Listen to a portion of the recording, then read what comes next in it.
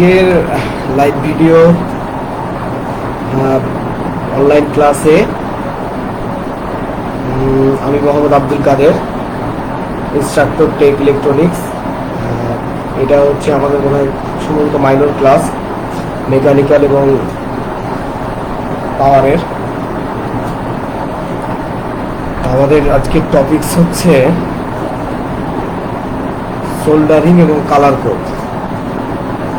Electronic আর subject হচ্ছে এটা electronic engineering fundamental, যার কোড হচ্ছে 66822। তো আমি শুরু করছি প্রিয় শিক্ষার্থীরা। প্রথমে হচ্ছে সোল্ডারিং দিয়ে শুরু করব।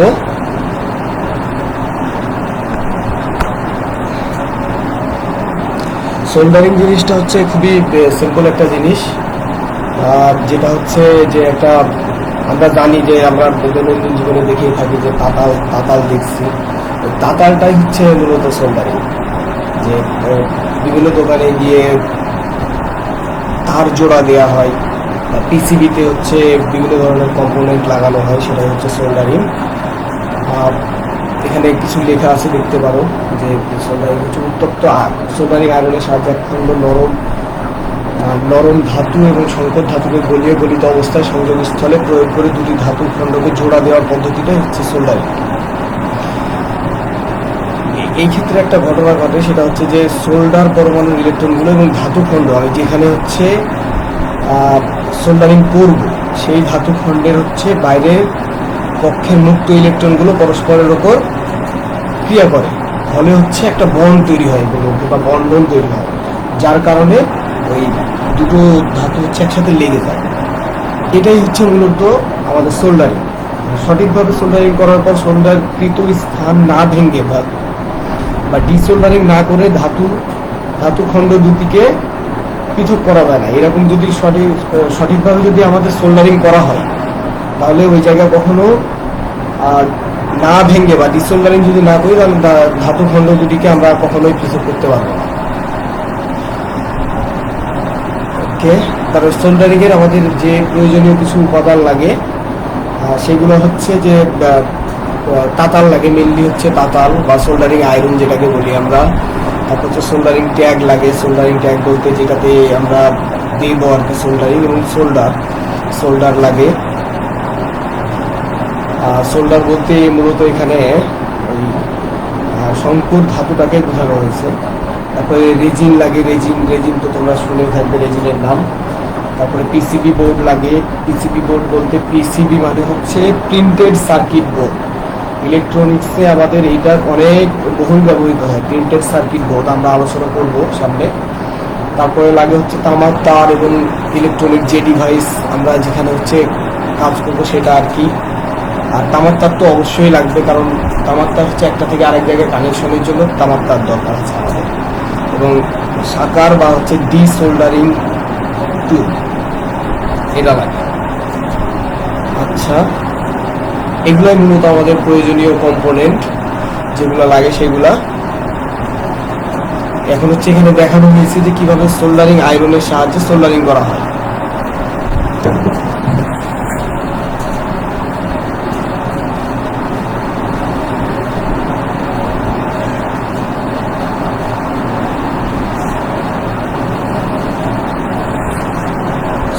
সোল্ডারিং আয়রনের সাহায্যে কিভাবে সোল্ডারিং করা হয় তোমরা দেখতে পাচ্ছ, এখানে একটা তাতাল দেওয়া আছে। এটাই হচ্ছে মূলত আমাদের তাতাল।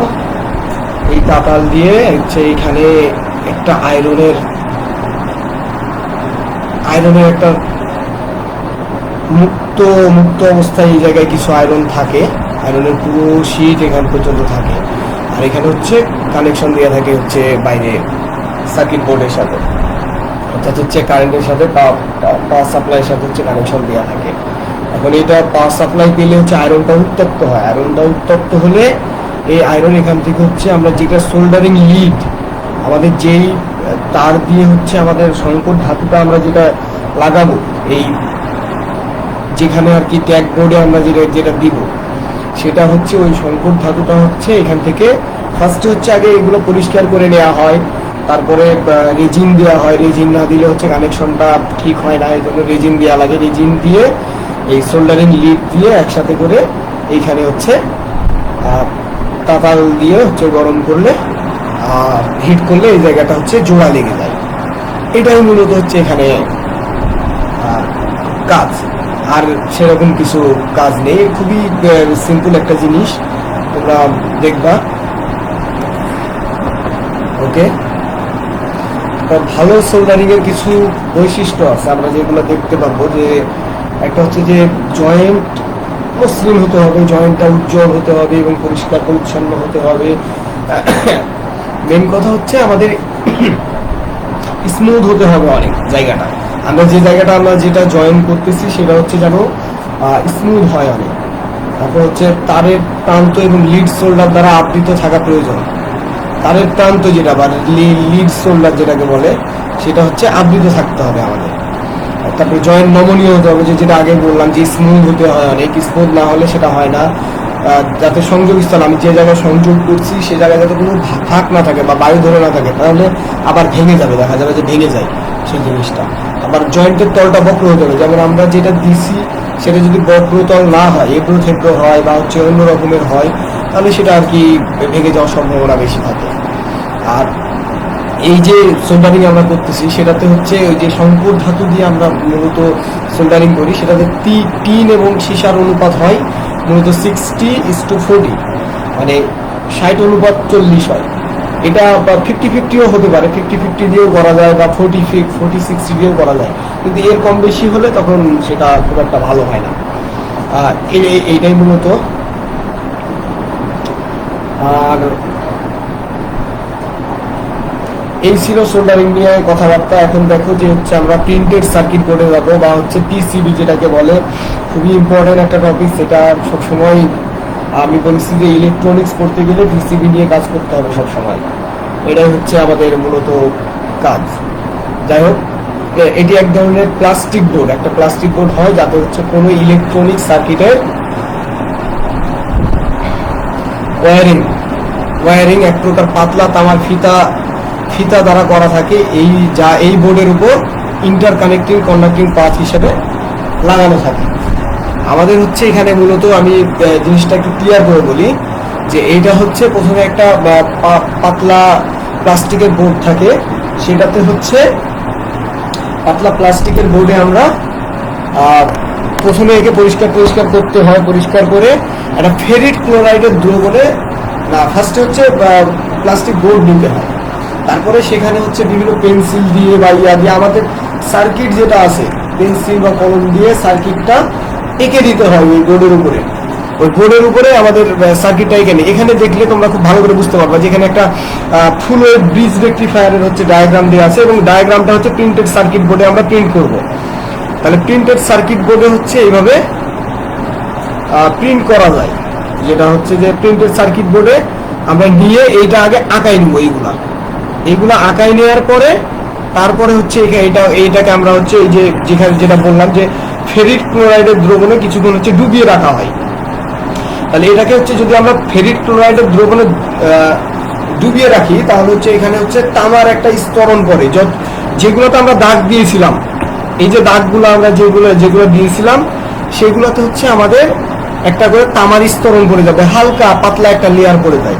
এই পাতলা লেয়ারের কারণে পরবর্তীতে যখন আমরা ওইখান থেকে ওই ডুবিয়ে থাকা ওই পিসিবি বা ওই বোর্ডটা যখন উঠিয়ে হচ্ছে শুকনা তেনা দিয়ে আমরা শুকনা হচ্ছে একটা কাপড় দিয়ে মুছে ড্রিল মেশিন দ্বারা ছিদ্র করা হয় যাতে কম্পোনেন্ট বসানো হয়। আচ্ছা, এই যে ড্রিল মেশিন দ্বারা এই জায়গাগুলো ফুটো করা হয় ড্রিল মেশিন দিয়ে, এই কানেকশনগুলো। এখন এই জায়গায় হচ্ছে আমি যেমন এখানে একটা ডায়োড দিয়ে আছে, এই ডায়োডটা হচ্ছে এখানে হয়ে যাবে, এই জায়গায় আর এই জায়গায় এই দুইটা কানেকশনের মধ্যে ডায়োড হয়ে যাবে। এইগুলাই হচ্ছে মূলত সোল্ডারিংটা করানোর উদ্দেশ্য হচ্ছে যে এই যে এখানে আমরা ডায়োড বসাবো, এই ডায়োডটা হচ্ছে এখানে এই ডায়োডের এইখানে একটা একদিক থাকবে অ্যানোড বা ক্যাথোড যাই থাকুক, আর এদিকে অ্যানোড বা ক্যাথোড থাকবে, এদিকে অ্যানোড থাকলে এদিকে ক্যাথোড, এদিকে ক্যাথোড থাকলে এদিকে অ্যানোড। এটা আমরা সার্কিট অনুযায়ী বুঝাই দিব। এইটা হচ্ছে ওই সোল্ডারিং এর মাধ্যমে এটা হচ্ছে কানেকশনগুলো দিয়ে দেওয়া হয় খুব ভালো করে। আচ্ছা, যাই হোক, আশা করি তোমরা এটা বুঝছো। এখানে একটা ফুল ব্রিজ রেকটিফায়ার সার্কিট দেওয়া আছে এবং এই সার্কিটের হচ্ছে প্রিন্টেড সার্কিট বোর্ডটা কিভাবে হবে সেই কানেকশনটা এখানে দেয়া আছে। তোমরা আরেকবার একটু দেখে নিবা এটা। আর এখানে তো কোশ্চেন করার অপশন নেই যে কাউকে আমি বলবো যে না বুঝলে কোশ্চেন করো বা এই সেই, সেটাও তো আসলে হয়নি। যাই হোক,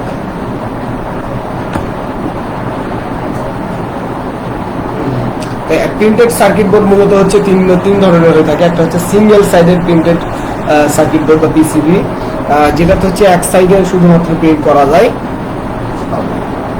আর আরেকটা হচ্ছে ডাবল সাইডেড পিসিবি, যেটাতে হচ্ছে দুই সাইডে হচ্ছে প্রিন্ট করা যায়। আর একটা মাল্টি লেয়ার পিসিবি আছে, যেটাতে হচ্ছে এর মাঝামাঝি সাইড গুলোতে হচ্ছে লেয়ার আকারে হচ্ছে প্রিন্ট করা যায়। আমাদের মূলত দুটো টপিক ছিল এই জায়গায় প্রথম চ্যাপ্টারে। আমি আসলে অনেকগুলা ক্লাস আমি কেবলই জয়েন করেছি, এক সপ্তাহ মতো হয়েছে জয়েন করা, সুতরাং আমি এর আগে ক্লাস নিতে পারিনি বা সম্ভব ছিল না। এক সপ্তাহ হয় নাই আমার এখনো জয়েন করা। আমি আজকে ফার্স্ট ক্লাস নিচ্ছি। আমি জানি না যে শেষ পর্যন্ত কতগুলো ক্লাস আমি নিতে পারবো, হয়তো বা 4-5টায় বেশি ক্লাস করে নেওয়া সম্ভব না, কারণ সময়ও নেই। মূলত 10টা ক্লাস নিতে পারলে, মিনিমাম 10টা মতো ক্লাস নিতে পারলে আমি হয়তো বা শেষ করতে পারতাম। সুতরাং তোমরা একটু নিজে থেকে পড়ার চেষ্টা করো, আর আমাকে একটু টপিকস গুলো বলো যাতে আমি ওই টপিকস গুলো নিয়ে আলোচনা করতে পারি, কারণ যেহেতু আমাদের সবগুলো টপিকস নিয়ে আলোচনা করার মতো সময় নেই। সুতরাং ওই টপিকস গুলো বলো যেগুলো নিয়ে আমি আলোচনা করলে বা তোমাদের হচ্ছে অনলাইন ক্লাস নিলে তোমাদের জন্য সুবিধা হবে। ওকে, তাহলে হচ্ছে আমরা হচ্ছে সংখ্যা পদ্ধতিতে রোধের মান নির্ণয় করবো বা রেজিস্ট্যান্সের মান নির্ণয় করবো আমরা সংখ্যা পদ্ধতিতে।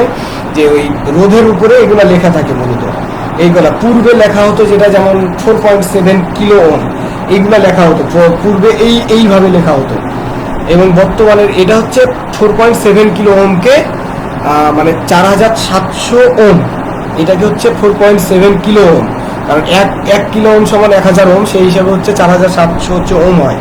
তো সেটাকে হচ্ছে পূর্বে লেখা হতো 4.7 কিলো ওহম দিয়ে। আর এটাকে বর্তমানে যেটা লেখা হয় সেটা হচ্ছে 4K।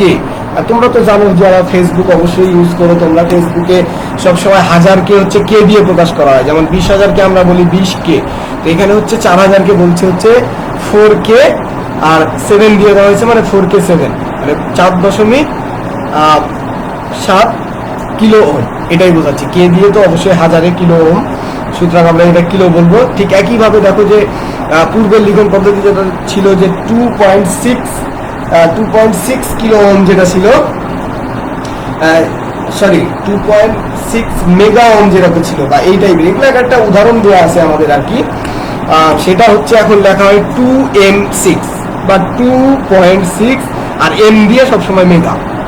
ঠিক একইভাবে হচ্ছে 5.5 ওহম যদি হয় শুধু ওহম, তখন হচ্ছে 5 আর 5 মানে 5.5 ওহম। আর দিয়ে হচ্ছে এখানে ওহম বোঝা, আর বা ই যে কোনোটা ইউজ করা যায়। তারপরে হচ্ছে 0.5 ওহম, সেক্ষেত্রে হচ্ছে 0 আর 5 এটাও তুমি দিতে পারো, আবার E5 দিতে পারো। জিরোটা এখানে আর দেওয়া হয়নি, না দিলেও সমস্যা নেই আসলে। আর 1 ওহম মানে 1R এইভাবে, বা 1E, এইভাবে বাকি উদাহরণগুলোও দেখতে পারো তোমরা। এইভাবে তোমাদের হচ্ছে বা পূর্বের লিখন পদ্ধতিটাও জেনে রাখতে পারো, বর্তমান লিখন পদ্ধতিটাও জেনে রাখতে পারো, কারণ ল্যাবে দেখা গেল যে আগে রেজিস্ট্যান্সও আছে, বর্তমান রেজিস্ট্যান্সও আছে, সেটাও হতে পারে।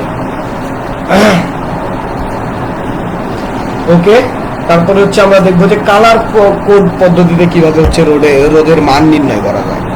তো সেটা হচ্ছে যে কালার কোড পদ্ধতিতে রোধের মান নির্ণয়ের একটা সূত্র আছে। এই যেখানে দেখো যে রেজিস্ট্যান্সের মান সমান হচ্ছে AB ইন্টু হচ্ছে 10⁻C, মানে আমাদের মোটামুটি 4টা এখানে হচ্ছে দেওয়া থাকে, 4টা হচ্ছে সংখ্যা দেওয়া থাকে। 4টা সংখ্যা থেকে আমাদের বের করতে হয়। এখানে 4 নাম্বার সংখ্যাটা দেওয়া নাই, এটা হবে +-D%। এখানে আরেকটা সংখ্যা হবে, মানে এই R = AB into 10⁻C plus হচ্ছে D%, এইটা হবে। সো এবিটা কিন্তু আবার গুণ না, এখানে এ বিটা হচ্ছে সংখ্যা, যেমন মনে করো যে এ এর মান দেওয়া আছে 5 এবং বি এর মান দেওয়া আছে 3, তাহলে এটা হবে এ বি ইকুয়াল টু 53 হবে। 5 ইন্টু 3 না, মানে 15 না, কিন্তু এই 5 আর 3 এই তিনটা গুণ করে 53, এই তিনটা হচ্ছে এই দুইটা মিলে হচ্ছে 53 হলো। আর ইনটু হচ্ছে 10 টু দি পাওয়ার সি। এখন মনে করো সি এর মান 2 দেওয়া আছে, মানে হচ্ছে 10 টু দি পাওয়ার 2, মানে হচ্ছে 10 টু দি পাওয়ার 2 মানে হচ্ছে 100, 10 টু দি পাওয়ার 2 মানে 100। এই 100 আর হচ্ছে এই 53 গুণ করে হচ্ছে 5300। 5300 মানে কি 5.3 হচ্ছে কিলো ওহম। আর এখানে প্লাস মাইনাস টলারেন্স দেওয়া থাকে, যেটা 4 নাম্বার যে সংখ্যাটা সেটা হচ্ছে মূলত টলারেন্স। টলারেন্সের মানগুলো তোমার এখানে দেওয়া আছে নিচে, তোমরা এখান থেকে দেখতে পারবা বিভিন্ন বর্ণের জন্য মানগুলা কি রকম হবে। এ আর বি এর মান কি, এ বি সি এর মান কি রকম হবে, এ বি এর মান কি রকম হবে। এটা গুণক হচ্ছে, সি এর মানটা মূলত গুণক, ওই যে 10 টু দি পাওয়ার উপরে যেটা আছে এই মানটা হচ্ছে এটা গুণক বা মাল্টিপ্লায়ার যেটাকে বলে। আর টলারেন্স মান হচ্ছে এখানে বিভিন্ন কালারের জন্য বিভিন্ন টলারেন্স মান দেওয়া আছে। যেমন হলুদের জন্য কোনো টলারেন্স মান নেই, মানে হচ্ছে 0, হলুদের কোনো টলারেন্স নেই। আবার সোনালী বর্ণের জন্য মূলত সোনালী রূপালী এগুলাই ব্যবহৃত হয় বেশি, কালো টালো এগুলো খুব কম ব্যবহৃত হয়। সোনালী এবং রূপালী এই দুইটা সবচেয়ে বেশি ব্যবহৃত হয়, মানে 5% আর 10%। এগুলো তোমাদের মুখস্থ করে ফেলো, একটু কষ্ট করে হলে মুখস্থ করে ফেলো।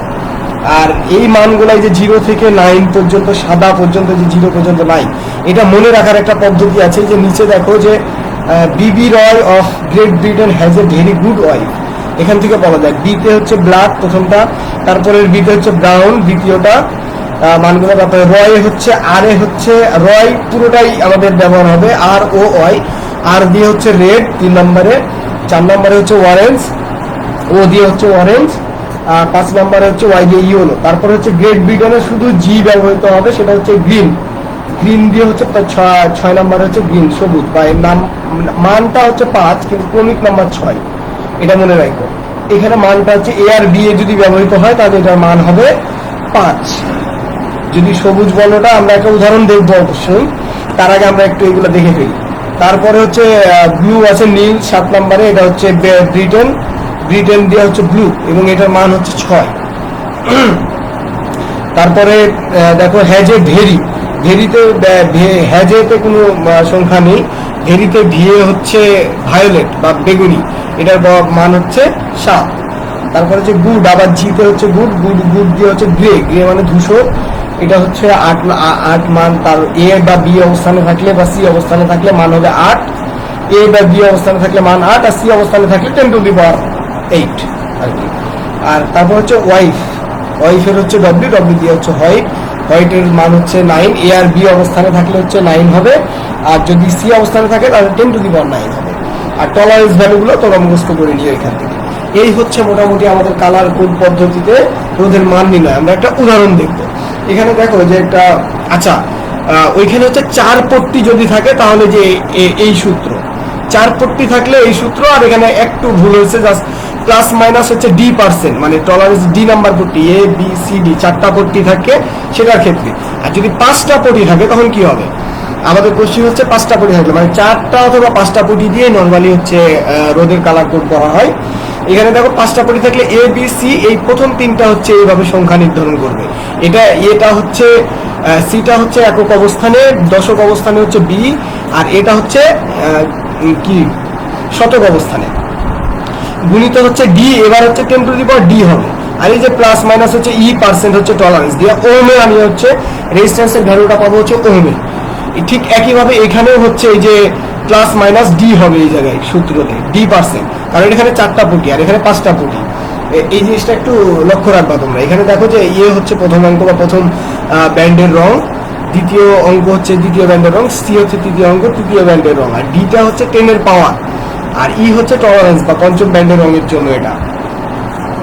তারপর হচ্ছে কালার কোডে আমরা একটা উদাহরণ দেখবো। দেখো যে একটি রেজিস্টরের গায়ে কত লেখা আছে, মানে একটা রোদের গায়ে লেখা আছে হচ্ছে প্রথম 3টি লাল রঙের ব্যান্ড, আর চতুর্থটি হচ্ছে সোনালী রঙের ব্যান্ড দেওয়া আছে। মানে প্রথম 3টায় লাল রঙের ব্যান্ড দেওয়া আছে, আর একটাই হচ্ছে সোনালী, মানে টলারেন্স চতুর্থ নাম্বারটা হচ্ছে টলারেন্স অবশ্যই আমাদের। বেশিরভাগ ম্যাথই তোমাদের হচ্ছে 4টা কালার কোড দিয়ে থাকবে, 5টা দিয়েও থাকতে পারে, সেটাও দেখালাম তোমাদের। চতুর্থটা হচ্ছে সোনালী বর্ণের, মানে এটা হচ্ছে টলারেন্স ভ্যালু। আর রেজিস্টরে হচ্ছে সর্বোচ্চ এবং সর্বনিম্ন মান কত হতে পারে, মানে টলারেন্স ভ্যালুটা একবার প্লাস দিয়ে হচ্ছে সর্বোচ্চটা আর মাইনাস দিয়ে হচ্ছে সর্বনিম্ন ভ্যালুটা আমরা পাবো।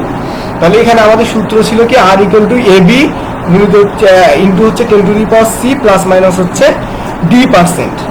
দ্যাট মিনস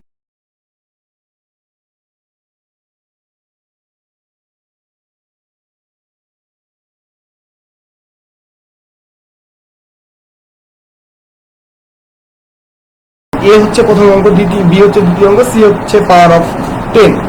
তাহলে হচ্ছে ডি টলারেন্স। তাহলে এখানে প্রথম ব্যান্ডটা হচ্ছে তিনটে, যেহেতু লাল আমরা লালের জন্য কি দেখলাম, এই যে লালের জন্য হচ্ছে ভ্যালু হচ্ছে 2 আর গুণকের জায়গায় হচ্ছে 10⁻2 হবে আর কি।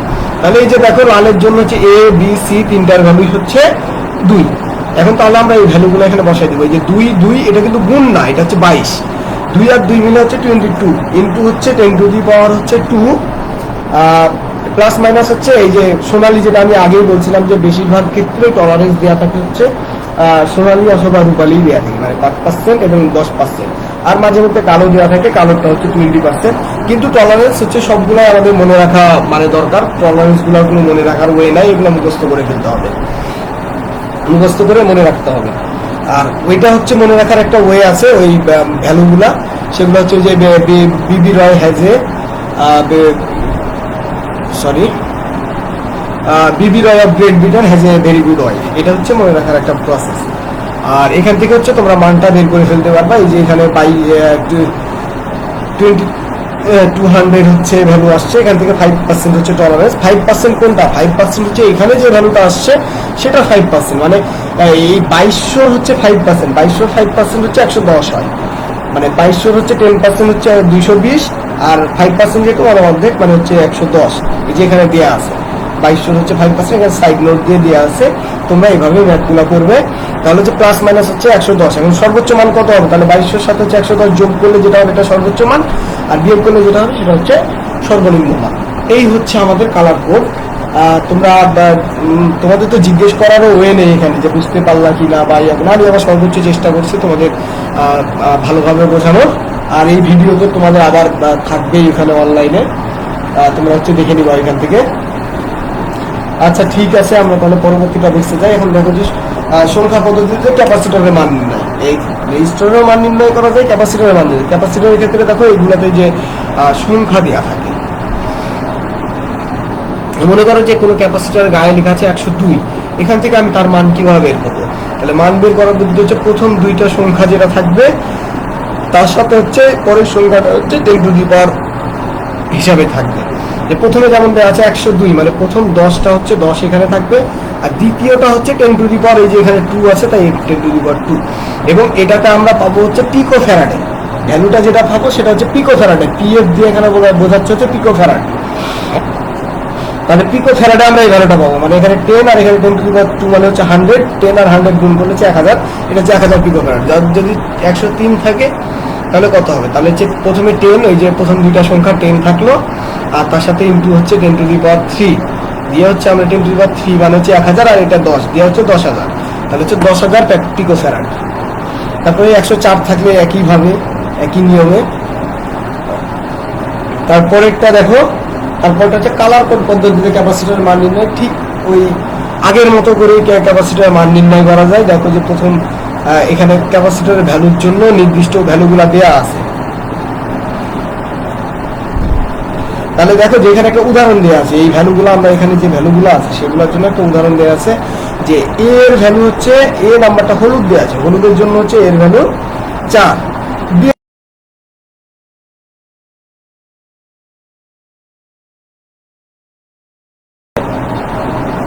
এখানে হচ্ছে বি নাম্বার হচ্ছে বেগুনি, বেগুনির জন্য হচ্ছে আমরা 7 পাবো, আর সি নাম্বারে হচ্ছে দেওয়া আছে লাল, লালের জন্য হচ্ছে এখানে 2, তাহলে হচ্ছে এটা হচ্ছে 10⁻, ভ্যালু, তাহলে 47 গুণিত হচ্ছে 10⁻2, মানে হচ্ছে দুইটা মিলে হচ্ছে 4700 হয়।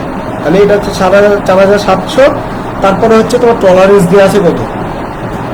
টলারেন্স মানে হচ্ছে 20%, মানে হচ্ছে প্লাস মাইনাস হচ্ছে তোমার এই যে, আর নীল রং দেওয়া আছে যেটা, সেটা হচ্ছে ডিসি ভোল্টেজের ভ্যালু কত, এটা যে কত ডিসি ভোল্টেজ পর্যন্ত এই ক্যাপাসিটরটা হচ্ছে থাকতে পারবে, সেটা হচ্ছে তোমার ডিসি ভোল্টেজ হচ্ছে, যেহেতু রং দেওয়া আছে নীলের জন্য দেখো ডিসি ভোল্টেজের ভ্যালু হচ্ছে 630, কিন্তু এখানে 600 দেওয়া আছে, ওই একই টাইপের মানে 630 বা আশেপাশের মান আর কি, এর মানে 600 এটা। আর টলারেন্সে দেওয়া আছে কত, কালোর জন্য প্লাস মাইনাস হচ্ছে 2%। এটা হচ্ছে মিলি মাইক্রো ফ্যারাড হবে, এটা মাইক্রো মোরাড লেখা আছে, এই জায়গায় মাইক্রো ফ্যারাড হবে, মিলি মাইক্রো ফ্যারাডে আমরা হচ্ছে ভ্যালুটা পাবো। এই হচ্ছে মোটামুটি ক্যাপাসিটরের ক্ষেত্রে মান নির্ণয়। আর এই হচ্ছে আমাদের ক্লাস। তো আমরা নেক্সট ক্লাস হয়তো পরের সপ্তাহে আছে, আমরা পরের সপ্তাহে আবার নেক্সট ক্লাসে যাব। নেক্সট ক্লাসে খুব সম্ভবত তোমাদের টপিক হবে দ্বিতীয় চ্যাপ্টারটাই আমরা দেখবো। মূলত দ্বিতীয় চ্যাপ্টারটা হচ্ছে সেমিকন্ডাক্টরের ধারণা নিয়ে আমরা হচ্ছে দ্বিতীয় চ্যাপ্টারে যাব। তার আগ পর্যন্ত তোমরা ভালো থাকো, সুস্থ থাকো। আর আরেকটা বিষয়, তোমাদের অ্যাটেন্ডেন্স গুলো হচ্ছে এখানে কমেন্টের মাধ্যমে জানাই দিও। আচ্ছা, আল্লাহ হাফেজ।